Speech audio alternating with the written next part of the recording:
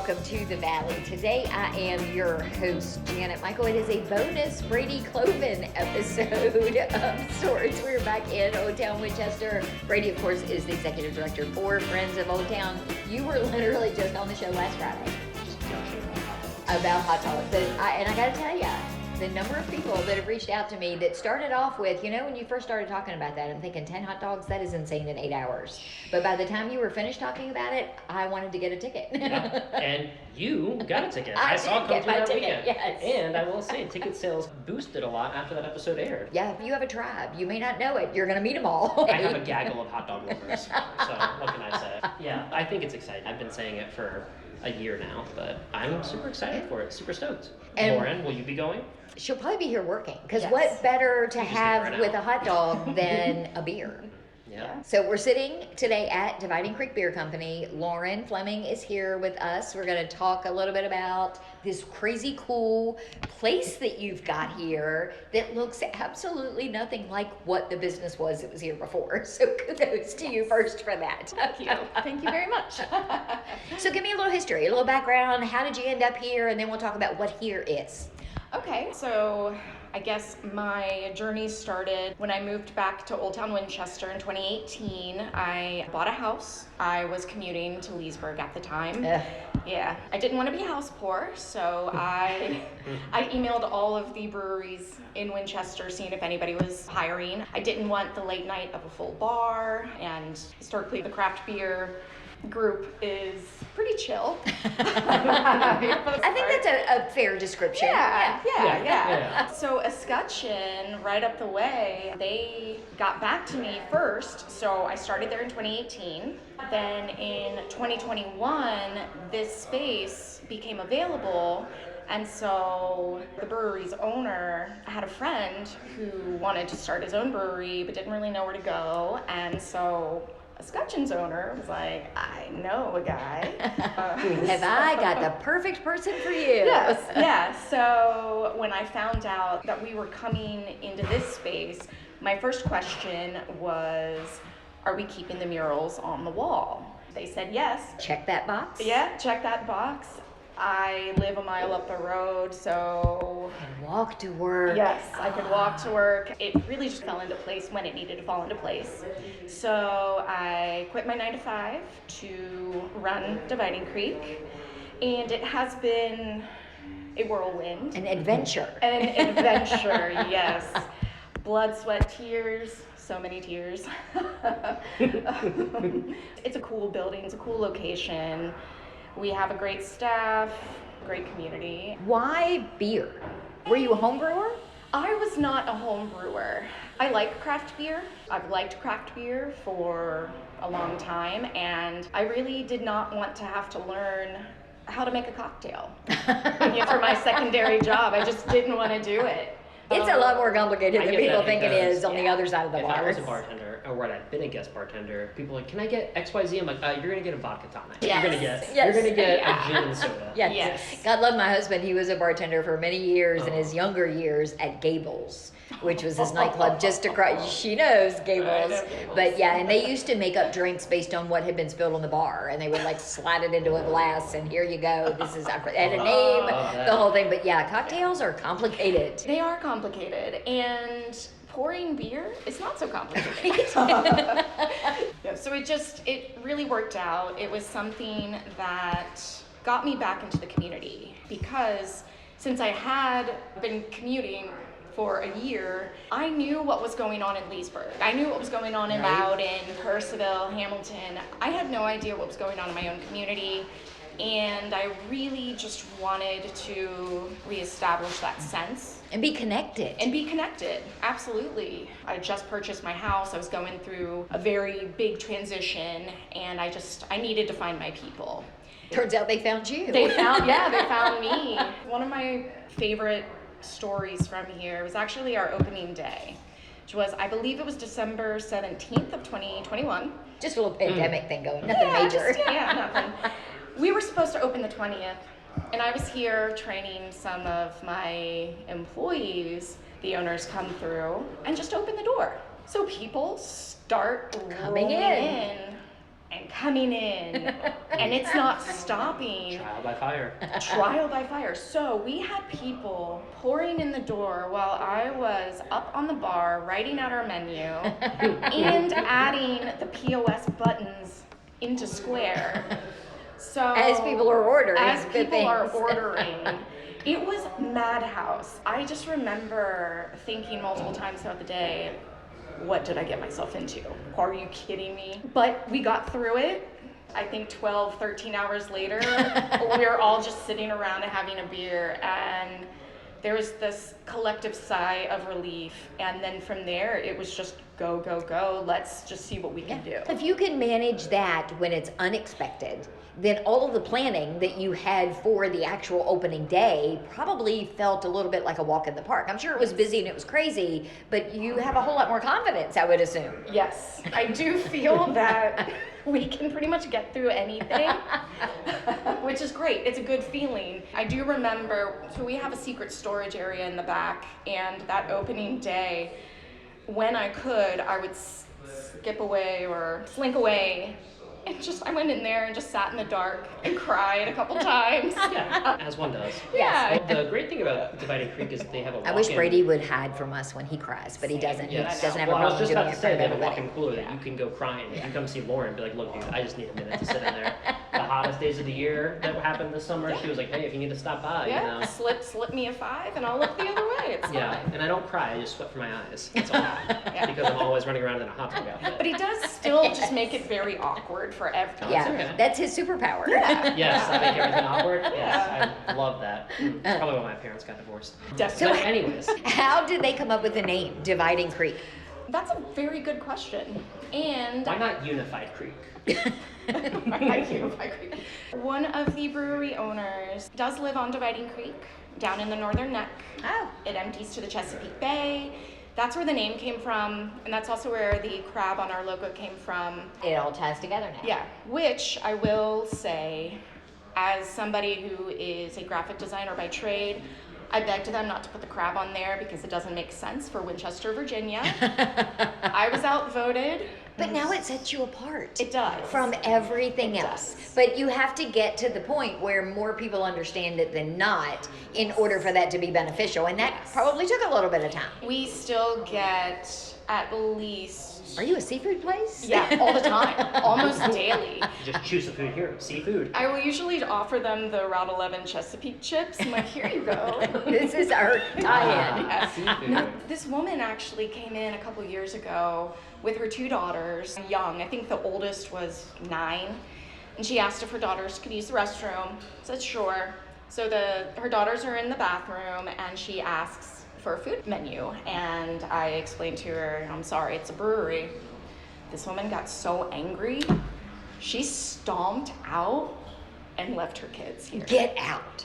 No, I'm I mean, not I've been kidding. known to leave my kid in places, but that was on purpose, not by Yeah. accident. Yeah. Probably you know all about that too, Brady, right? Yes. I threatened my nephews and nieces a time or two. Wow. Yeah, and so these little girls, they came out so confused. Where's my mommy? I walked them out. They still work here to this day. Mom was down the way. She was gone.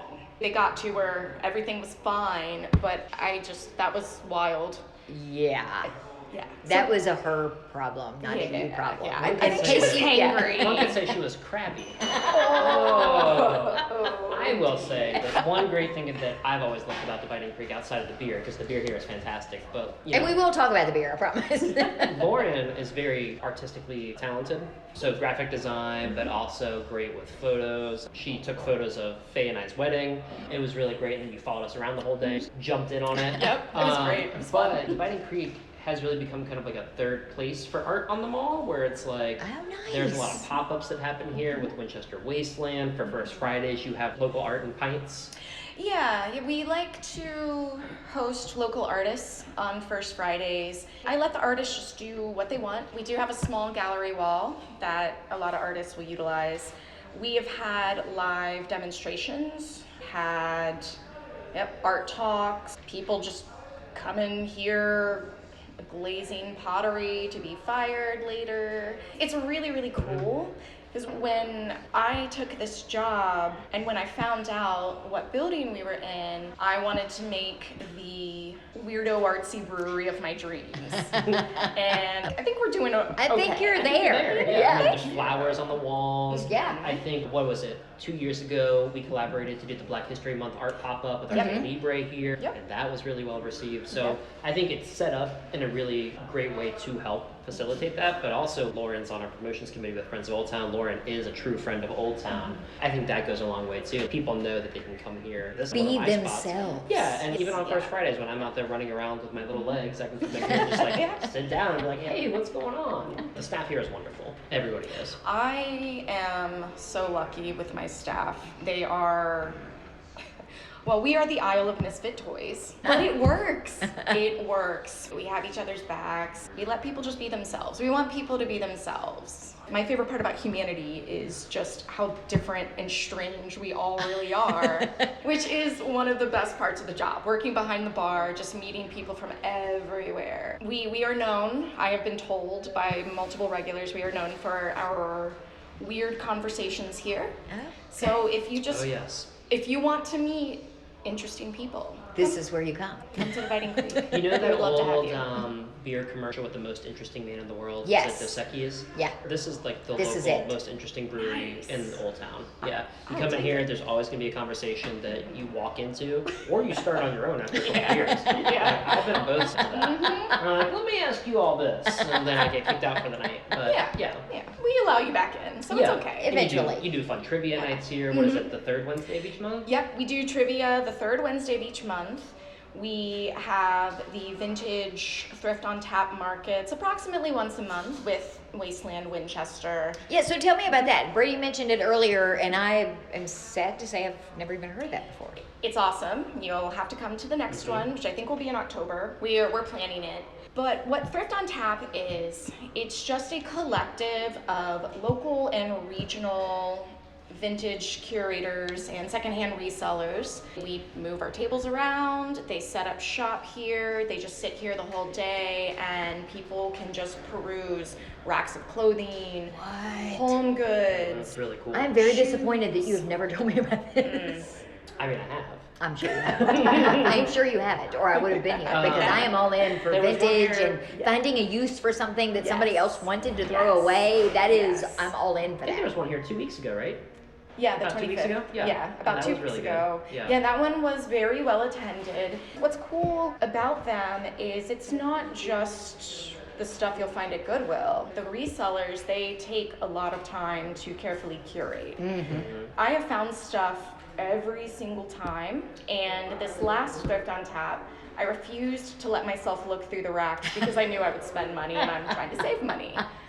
Yeah, and they're like sirens too. The vendors here, like Becca was over there last time I was here. I was having a beer with some friends over there, and she was like, Brady, we could have matching shirts. And she pulled out these really great shirts, and I felt myself reach into my wallet. I was like, no, I'm not doing that. I can't do that this time. Yeah. See, one of the reasons why I love vintage so much is because in the vintage days, orange was the color. Yeah. So I always can find some really cool, fun things, whether it's dishes or art or clothing.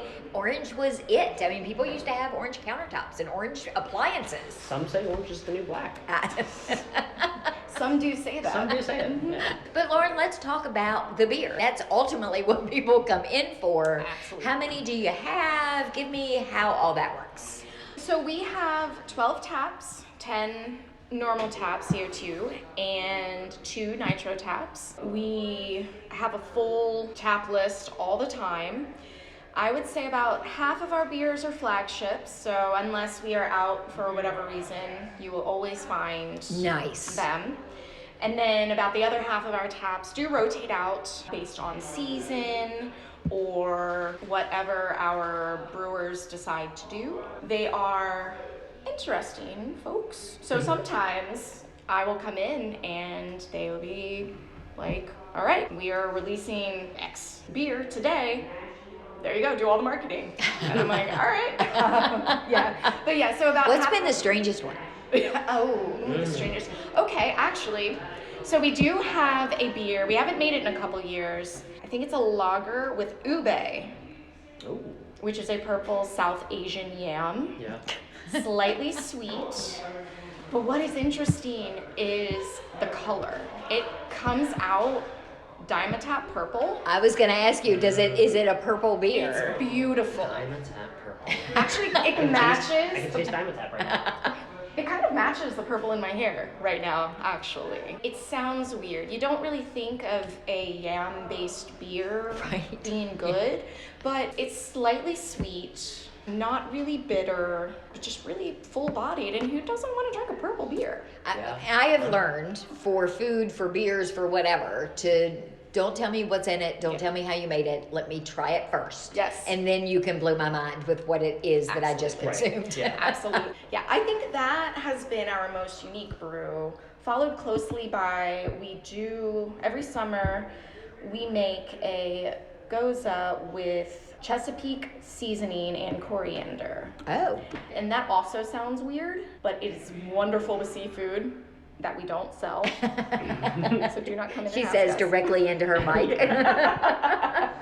We actually had a group, when we put it on tap this year, we had a group go to Martinsburg, get Long John Silver, and come all the way back. So I put it on tap for them, especially that night. And that one it's good too.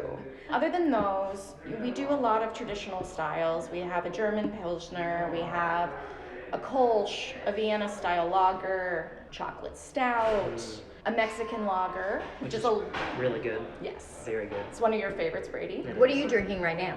I'm drinking the One Before Noon IPA, which just got released, right? Special release? Yep. Yeah, the One Before Noon IPA is a special release that we release end of July every year. It is just a very hoppy IPA. I'm not an IPA fan. Oh, okay, cool. More for him. That's what he's thinking. That's exactly what he's thinking. And you guys have to be running low at this point. Not because of me, but because it's it will most likely kick this weekend. Which means we will be able to put on our brown ale, which is one of my favorites.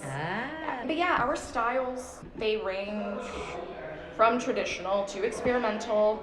We do brew everything down here on site. Oh, cool. Which is space to do that here? Yes. Yeah, our brewers, they're magicians. Like, they are absolute magicians. I don't know how they do it. When they start talking, I usually stop listening, so I let them do their thing. You're like, wait till it's done, tell me what it is, and then I'll create the marketing materials. Yes, exactly, yeah. Other than that, I'm not here. What's also great is that Dividing Creek is conveniently located right across the way from Snow White Grill. Right, what better? Burgers and beers. Yes, and if I'm not mistaken, I can sit here and order from there and bring it back. You just mentioned somebody went to Martinsburg, Long John Silver's, and came back. We joked about there are no crab cakes or anything like that here, but that's what breweries have become known for in our area, is that you can bring food in, which is outstanding. Yes, it's outstanding for everybody. It's outstanding for us because we don't have to deal with the headache of a kitchen, and it's great for our customers because they are not limited to what we have on a menu. And like you said, you can order Snow White. Most of the time they will bring it over. And I know Danny would bring me hamburgers. Oh yeah. He brings me French fries sometimes. So see, that could be so dangerous. It is dangerous, but it's delicious. But the best part about where we're located is we are surrounded by amazing businesses, and we are friends with all of them. Sometimes, if you're lucky, Snow White will bring over their leftover burgers to I have been here for those nights. It's great. We have a good relationship with Need Bread on Piccadilly, so sometimes they will bring pastries. So you never know what you're going to talk about here, and you never know what treats will just magically appear. Which is probably one of my favorite things about this job, for sure. And it highlights one of my favorite things, Brady, you and I have talked about this a ton of times, is just Old Town in general, because it is so great that if my husband and I want to come down, and he wants Snow White Grill and I want a pizza, or I want Snow White Grill and he wants sushi, or whatever it is, everything is here. It's all within walking distance. I'm still waiting for Sean to open Miso Tori. Same. And I still want him to have the rickshaw where he will deliver ramen to me at a brewery. I was pushing hard for that during our show. Yeah. But that's the beauty. You don't have to pigeonhole yourself into your menu or the thing that is next door because it's the only thing that is next door. Exactly. And when I come down to sit on the even more fun side of the bar, I do the same thing with the people that I come with. We just decide, all right, I'm going here, I'm going here, I'm going here. We meet back at the brewery, have some beers, eat our food. It's a great time. And like I said, I think it benefits everybody. And it also benefits the other businesses down here, which is great. We have great relationships with so many businesses down here, and that I think has been the best part of this job. Is I am actually part of the community, and all of us are part of the community. It has come full circle for you. It has. It's great. Can I take any of your beer home? Yes, you may. Well, let me rephrase. Can anyone take any of your beer home? Because I know I get special privileges a lot of time. So we do have several styles in 6-packs ready to go. Our Mexican lager, which is a fan favorite, our Pilsner, our Amber lager, and the ginger beer that we make, which is an alcoholic ginger beer. Oh, even better. And it's very good in a mule. So good in a mule. Oh, yeah. See, I'm a Moscow girl. Yeah. It's a good mule. But that's as close to a cocktail as you actually get around here. Absolutely. And so you can take those home in 6-packs. We also make 32-ounce crawlers on site of any CO2 variety. Beyond that, you are more than welcome to bring in a growler, and we will gladly fill it. Wow. Yeah. That's about as full service as it gets. I mean, it really is. And you have interesting conversation in the meantime. Yeah, it's great. I have learned so many things about so many people. So much random trivia knowledge that she has now. Yeah. It does actually come in handy more than I thought it would. Oh, sure. So there we go. So we mentioned a second ago, you literally are across the street from Snow White Grill. So you're on the Old Town Walking Mall. Plenty of parking all around. I get so annoyed when people complain about parking because there's plenty of it. Yes. All you have to do is turn your head one way or the other. Yes. What are your hours? We are open 7 days a week. Monday through Thursday, we are here 3 to 10.